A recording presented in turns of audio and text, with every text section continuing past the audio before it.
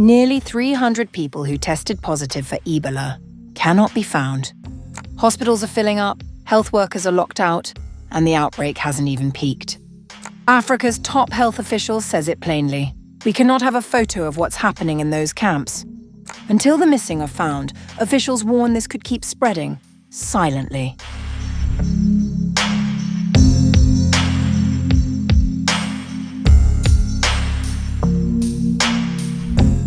The Democratic Republic of the Congo is facing a rapidly worsening Ebola outbreak, with health officials warning that the whereabouts of nearly 300 people who tested positive for the virus are unknown. Africa's top public health official says the missing patients raise fears of widespread, uncontrolled community transmission. More than 1,100 confirmed infections have already been recorded, with over 300 deaths, making this the largest outbreak ever caused by the Bundibugyo strain of Ebola. Health authorities believe the real scale could be far worse.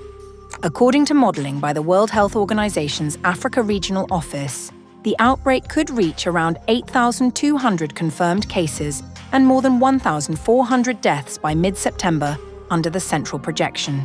In a worst-case scenario, infections could exceed 66,000.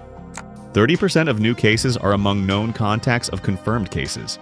This indicates huge community transmission.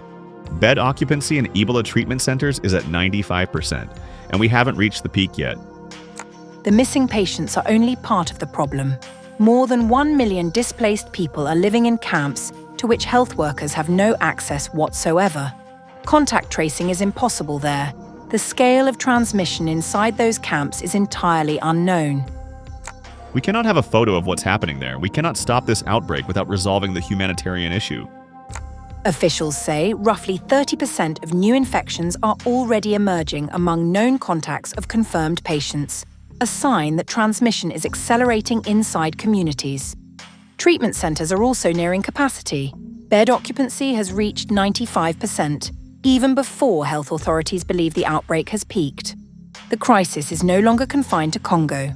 Neighbouring Uganda has reported infections, while France confirmed that a doctor who recently returned from the DRC has tested positive after working with patients there. WHO modelling suggests there is also a 70% probability that the virus could spread into South Sudan in the coming weeks. To contain the outbreak, Congolese authorities have introduced a 21-day waiting period for anyone leaving affected provinces before they can continue travelling.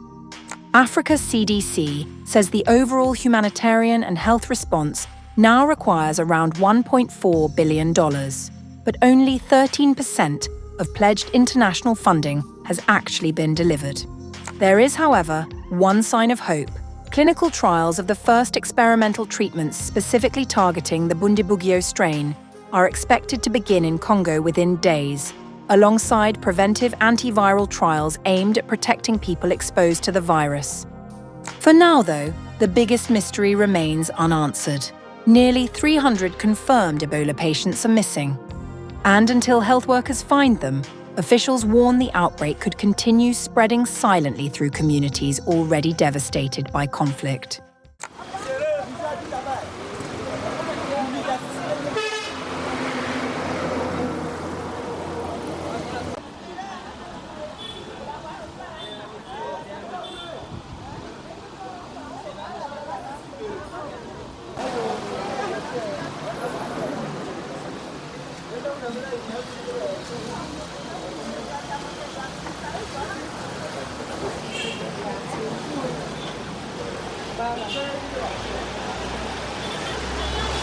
Tout à l'heure, quand vous avez constaté, les gens viennent de Zaïre, c'est-à-dire pas Zaïre mais Congo. Donc ils viennent du Congo. Quand ils arrivent au niveau de la République centrafricaine, ils doivent passer au dispositif de lave-mains. Une fois lavé les mains, on doit les enregistrer, flasher d'abord premièrement, et on doit les enregistrer. C'est-à-dire que ça commence par les numéros, donc c'est numéroté. Donc de 1 en descendant. Et premièrement, on doit prendre leur affiliation. Donc nom, prénom, âge, sexe, provenance, destination. et la température, si possible même le numéro de téléphone. Et c'est ce qu'on a l'habitude de faire. Si la température s'élève au-delà, c'est-à-dire au-dessus de 38 et d'une manière répétitive, on doit faire une alerte au district sanitaire.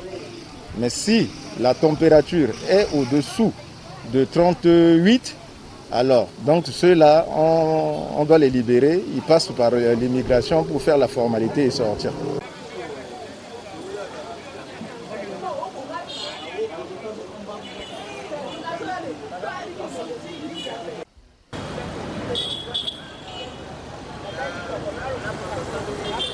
Si on teste comme ça, c'est bon. Parce que là, au Congo, il y a virus, mais ici, il n'y en a pas.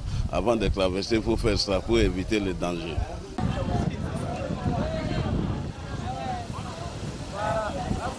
Oui, c'est bonne chose pour le gouvernement central. Il faut faire ça. Si on ne fait pas ça, les Congolais viendront contaminer les gens ici à Centrafrique, ça ne sera pas bon. Il faut éviter, il faut préparer à partir de ce moment-là. Là, ça sera bon pour le gouvernement centrafricain.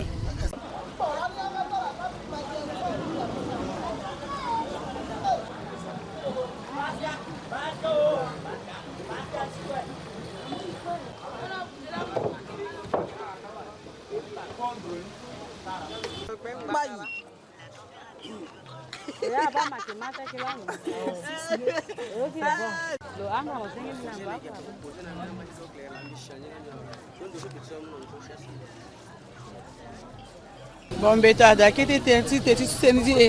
parce que moi, j'ai maladie Ebola, ça que je n'ai pas.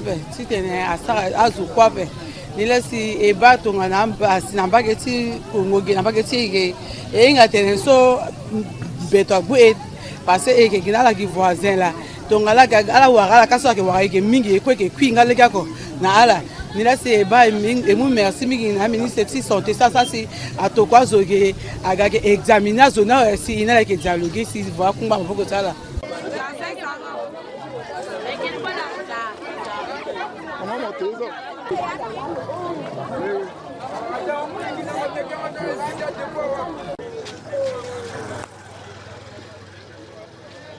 On a aussi kobela la gazo kungana tatiko jona encore après kungana ga kete et si ke wa ngai kete ke voni